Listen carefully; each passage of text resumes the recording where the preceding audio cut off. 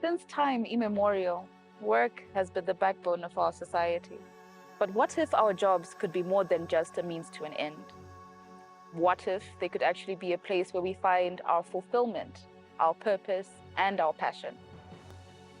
Join us here on the Nature of Work podcast, where we dive into the ever-evolving world of work, exploring its past, shaping its present, and imagining its future through the inspiring stories of those who continue to redefine what it means to work. For young and experienced people alike navigating their career choices, consider this as your essential compass. We'll provide an insider's view into different professions, helping to strip away common assumptions and offer a clear, honest picture of what it truly takes to thrive in today's professional landscape. Joining us on the very first podcast episode of Nature of Work is my personal favorite person, my husband, Ronald Nyakacheve. Ronald is currently the divisional accountant at Hygienic Services, and he's going to offer us an insightful view into what it means to be an accountant in today's professional landscape. Welcome, Ronald. I'm so happy to have you here as our first guest. Thank you for having me. All right, so let's start at the beginning. Okay. What inspired you to become an accountant? I would say my dad inspired me to become an accountant.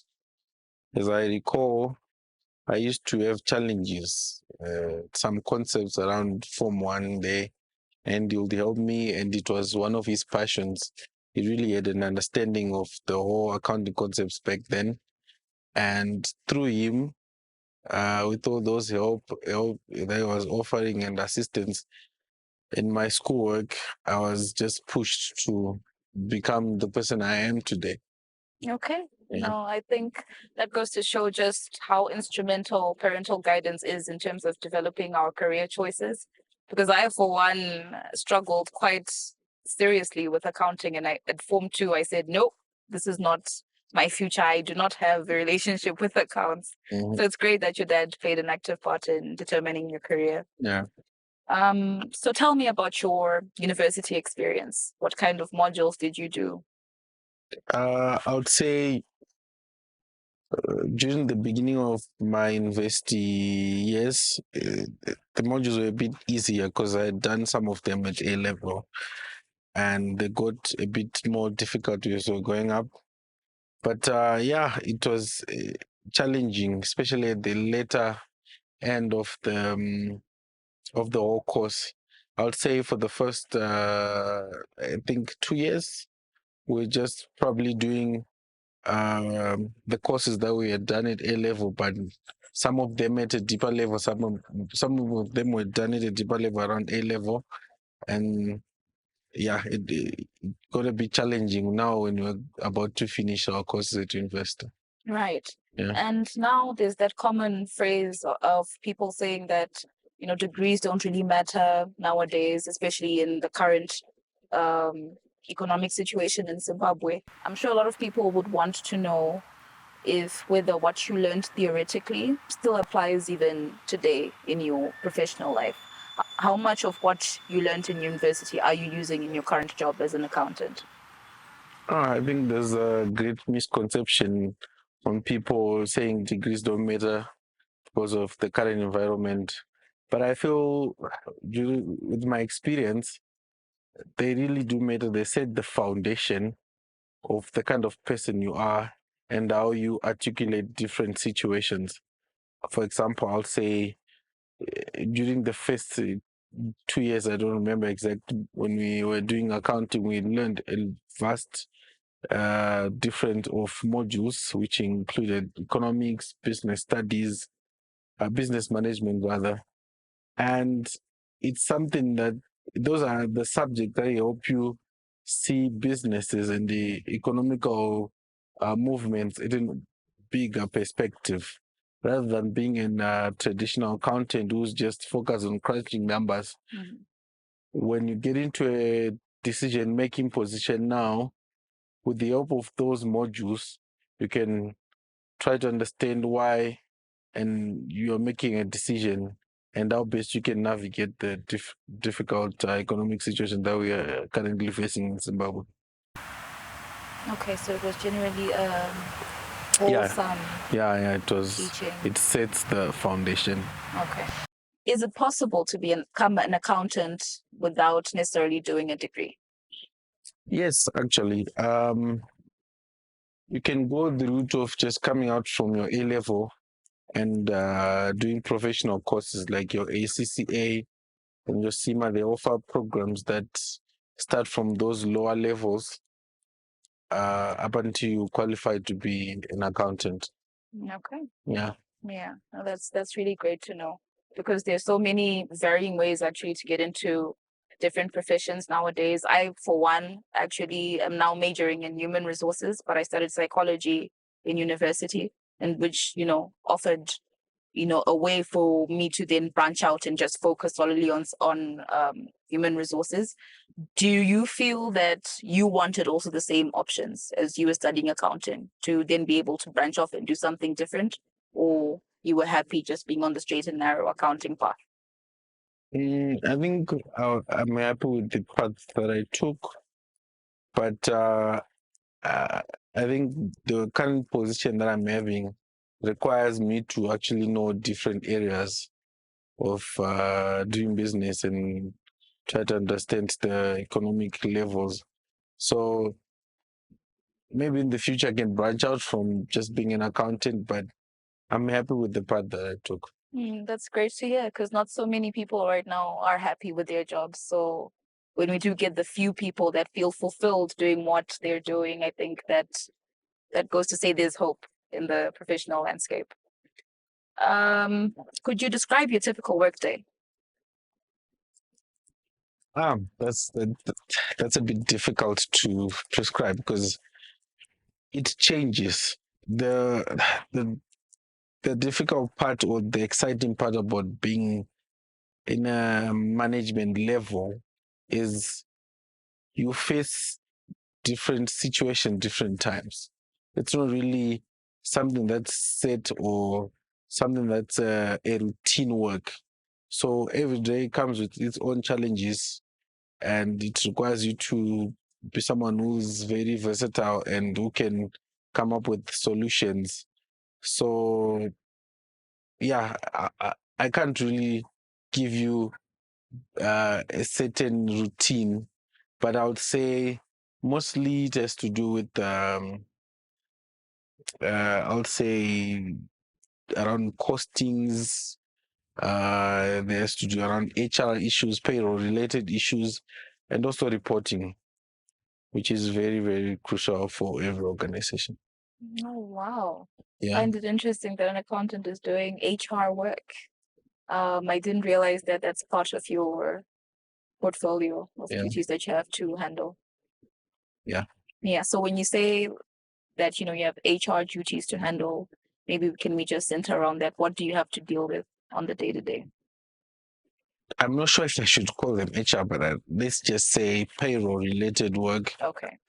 where you have to make sure that everyone is they're paid correctly and on time, and any other payroll related queries that may come.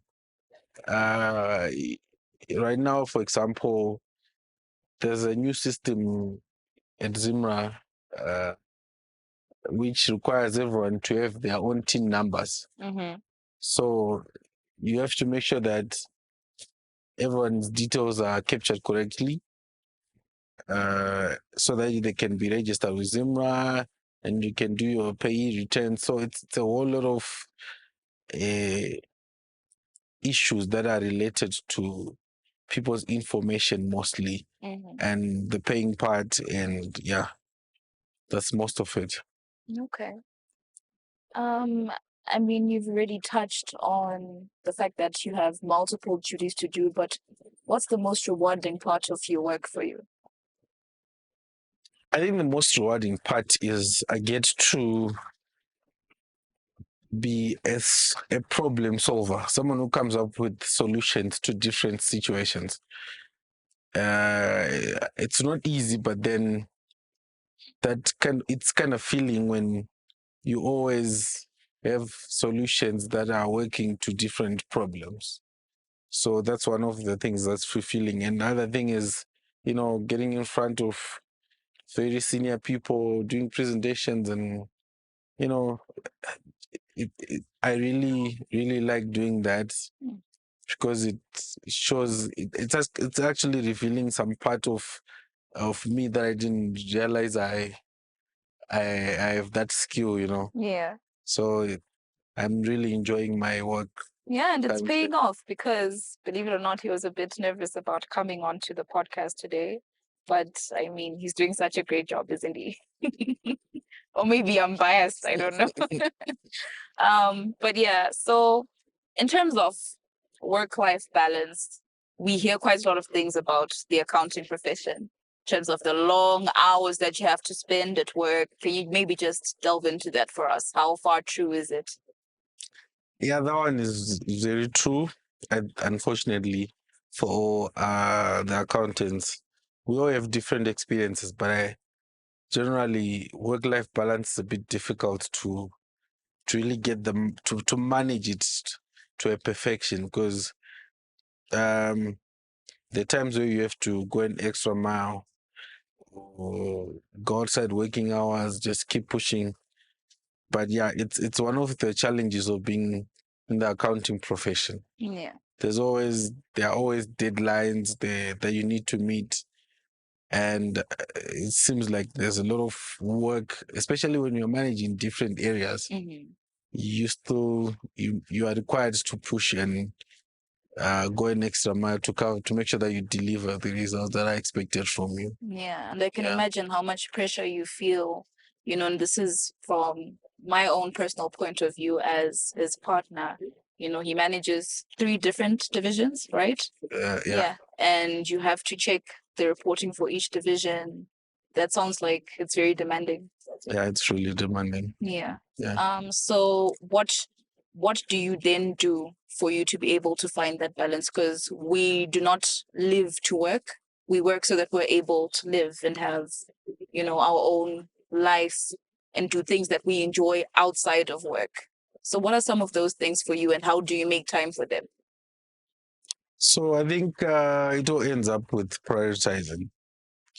So, oh, it's like a daily thing where you have to prioritize what's important during that day that you need to do, and and also like find some time to rest during that day. Mhm. So I would say the some of the things that I really like doing is traveling, and yeah, I do it once in a while. I do actually travel during holidays and weekends, but yeah, like I said, it's more about prioritizing, Mhm. and what you put first, you just have to make sure that you do that first so that you can uh experience the other areas. That's true.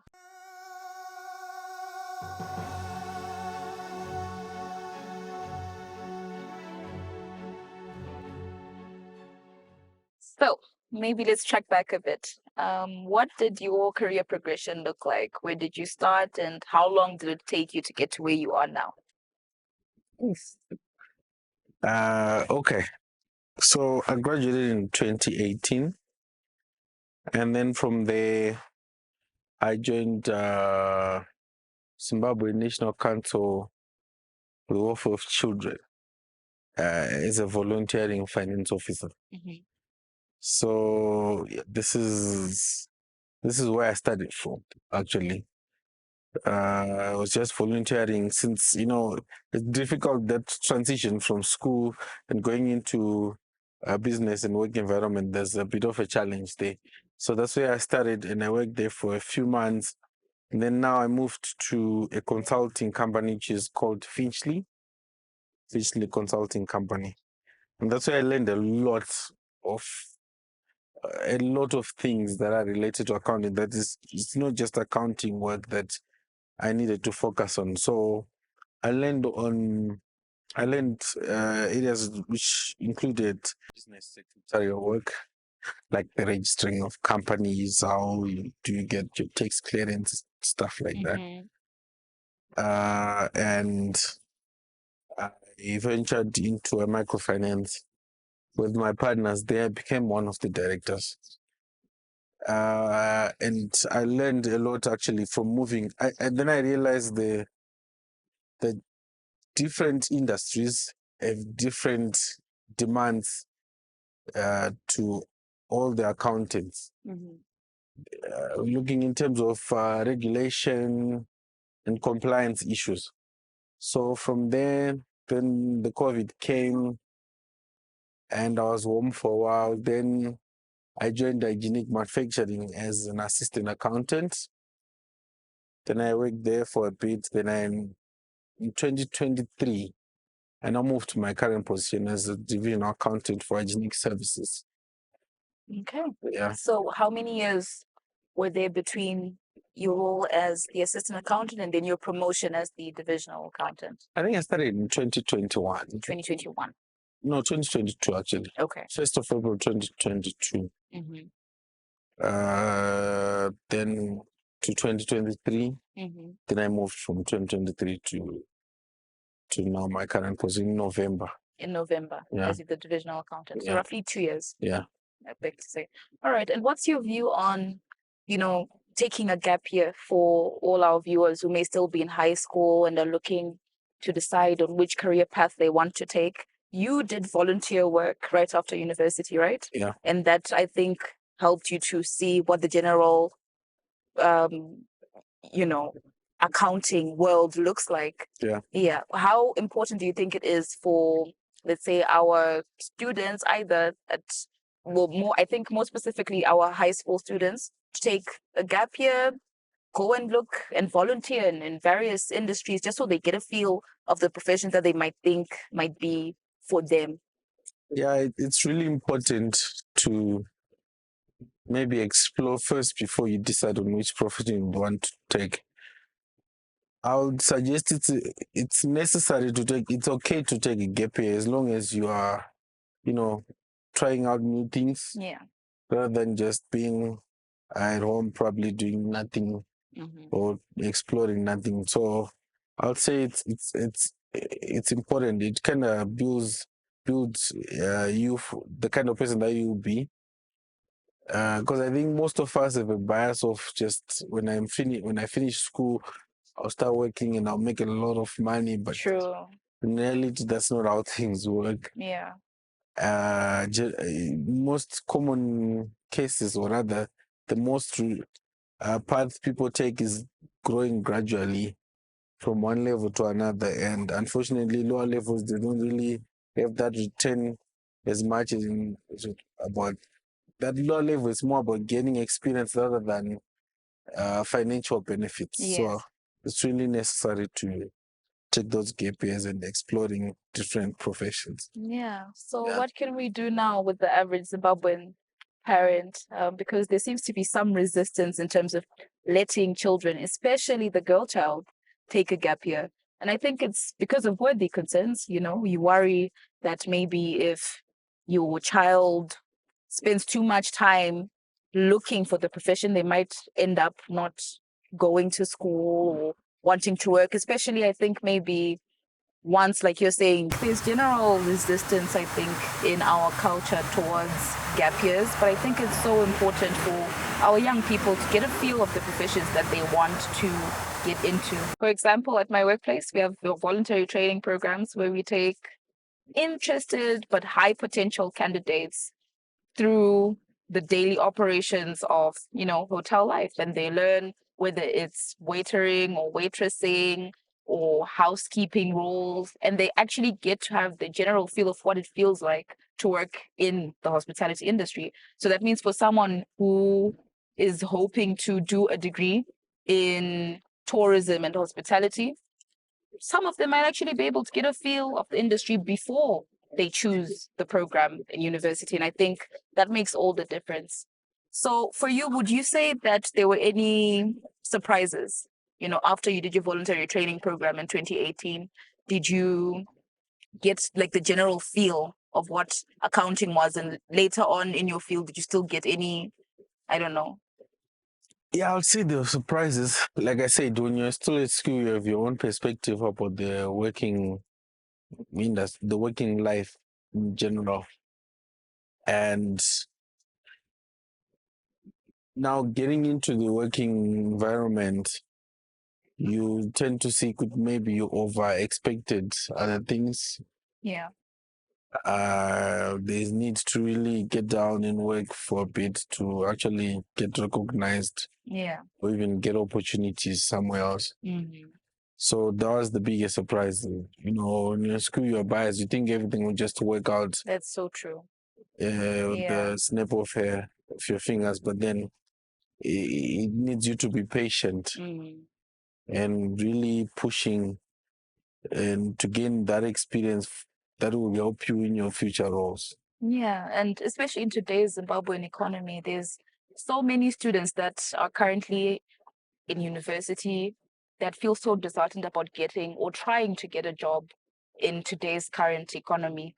But by the grace of God, I think we're here, both of us, employed with jobs, and that's just, I think, a sign even for you who may be concerned about whether or not you'll get a job to keep trying, you know, keep applying, keep the faith, and something that does resonate with you and what you aspire to be will come through. We'll be back shortly with more.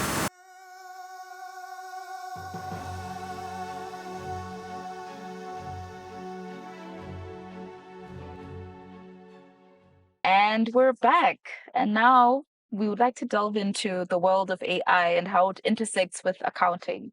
I think AI is a major part of our daily lives. You may not realize it, but you're actually using AI for the better part of your day, whether you're using Google Maps, whether you are listening to music on Spotify, or even going through your recommendations on Netflix. So, what does the AI revolution look like in the accounting field? What changes has it brought for you in your workplace so far? I would say currently there hasn't been much change, but I'm sure things are going to change just like when before the use of accounting systems, uh, different generations used to have actually big journal books that they would fill in Mm-hmm. all the transactions and the ledgers and then extract information from those ones and coming up with the financial performance of different organization. And then we move from there to maybe use of Excel. And now we're currently using different accounting packages. So definitely I'm sure it's coming. Maybe because of slow uptake in African countries, maybe the speed of uptake will be a bit slower, but I'm sure it will also affect the accounting profession as it is affecting different other professions. Okay. Yeah. And how are you using AI currently in your workplace? So currently, there isn't much use, especially in relation to accounting work. Mm-hmm. But yeah, there's room for improvement and room for uptake, especially when we identify those AIs that are specifically made for the accounting profession. Okay. Yeah. And I think I remember one of our conversations where we were talking about the new AI system, which is going to be able to even check through your Flash accounts Oh, and yeah. report back and give you comments. Yeah. So currently, I think it's recently developed. Mm-hmm. Google had an announcement that they did, I think it should be last week, Mm-hmm. when they presented an AI that would read what's on your screen of your phone or your laptop and give comments. Mm-hmm. So it's something that I'm looking forward to Mm-hmm. because it can definitely give me an insight on commenting of all of financial results and improving the package of the financial statements, Yeah. uh, and also improving the decision making in relation to those financial statements. Okay. And do you think AI will replace accounting one day? like the accounting profession? Do you think there won't be need for Ronald in a few years? I think that'll be, I don't know the chances, but that'll be like in many years to come. But for now, or in the next few years, I still think there's that need for human interaction with the systems or with the AI in terms of accounting. There's still that need for uh, uh, people, human or workforce to be involved in the computation of the financial statements or even the commenting or even decision making. That will help different organizations. So I still think we're still relevant as accountants for now, but maybe in the future, I mean, this AI development has been amazing. Yeah, it really and has has. been moving at fast pace, and no one really thought by this day and time will be actually where we are with AI. So I'm not sure about the time frames, Yeah. but I still think there's need for human interaction when doing accounting related stuff. Yeah. Yeah. Yeah. Well, I mean, Bill Gates is of a different opinion. So, according to Bill Gates, in one of the articles I read, he said that coders, um, biologists, and energy experts will be the ones that will be immune to the AI revolution. And of course, whilst of course that may have made us feel some type of apprehension for the future, I want us to just know that artificial intelligence, while we're still here, is here to augment our intelligence. I think I told you about the program that I did with the Africa Leadership Academy, ALX, which really taught us about AI, its capabilities, and what it can do for us. And there was just so much insightful and I don't know, like they demystified AI for us in such a way that I think I've gotten an open mind. And just yesterday, Perplexity, which is currently my favorite AI tool, helped me to even make dinner for us yesterday. I came up with the recipe. You know, you can literally tell Perplexity, look, I've got tomatoes, onions, and meat and these spices. What dish can I make besides a stew? And it will help you come around that. So I think AI currently is really a great tool for brainstorming. And I hope that more and more people will be open to using it.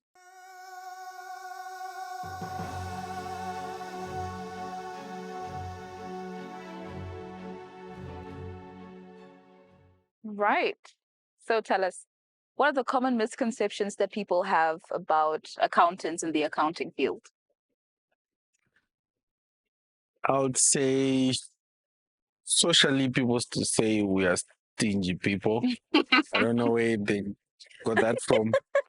But well, I think to put it out there, we're not like that. We make, let's just call them calculated moves. Assess the risk and the Yeah, benefit no, we of every calculate a decision. lot in our household before we do Yeah, things. so that's one of the socially misconception. But yeah, in terms of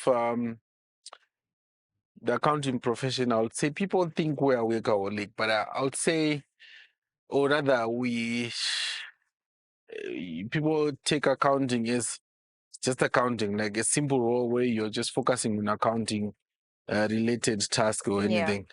But it's more than that. We influence most of business decisions. So you need to understand how business works, not just in accounting. In my case, maybe operations, even sales.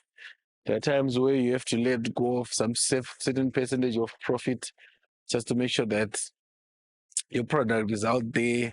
There are times where you really have to push for that profit when the volumes are a bit low. So you need to try to have that balance. So I feel people just look at accountants as traditional accounting, people who just balance numbers and books every day, Yeah. but it's more than that.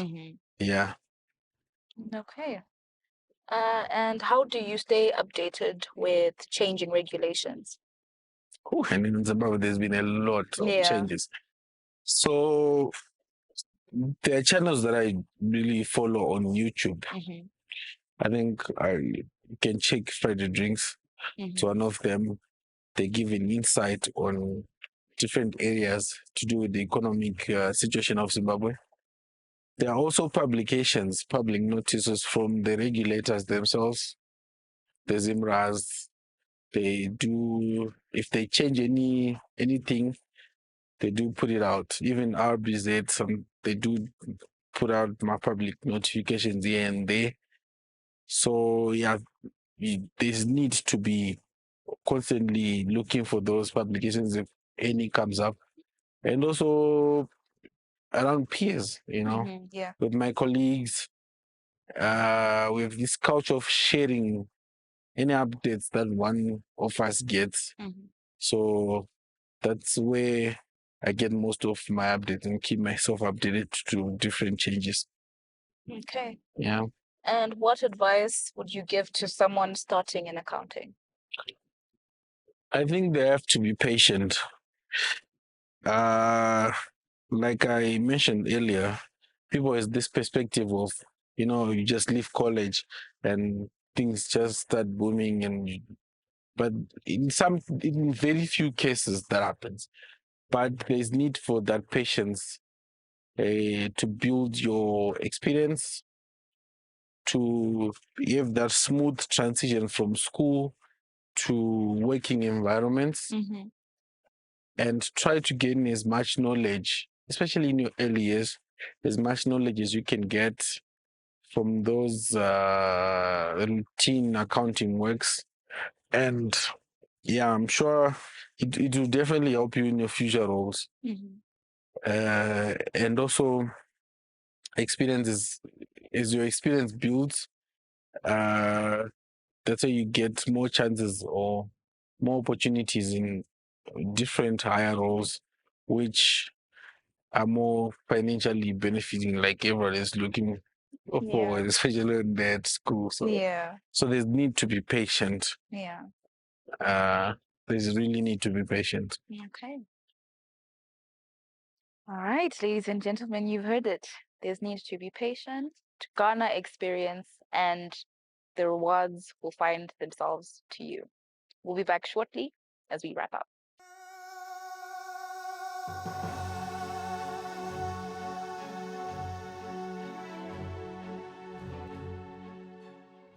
And we're back. We've just had a deep dive into the world of accounting. Thank you so much, Ronald, for letting us into your world and for, demystifying all the common misconceptions that people usually have about the field. Do you have any final words of wisdom for our viewers out there? I would say they should definitely join us as accountants. It's a Mm-hmm. fun profession. It really helps to understand, to see things in an overview, not just a specific profession. Mm-hmm. And you can get to appreciate other professions as well because of how you're experiencing them through accounting.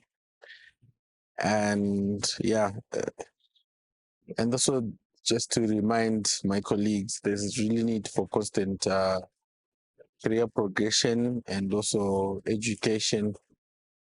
So yeah, that's pretty much it. But yeah, it's fun sometimes being an accountant. Yeah. Yeah. Yeah, no, we're so happy to hear that.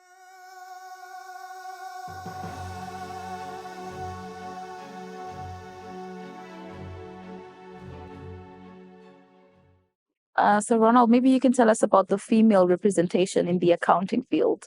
Are there a lot of women in your field, especially at your workplace?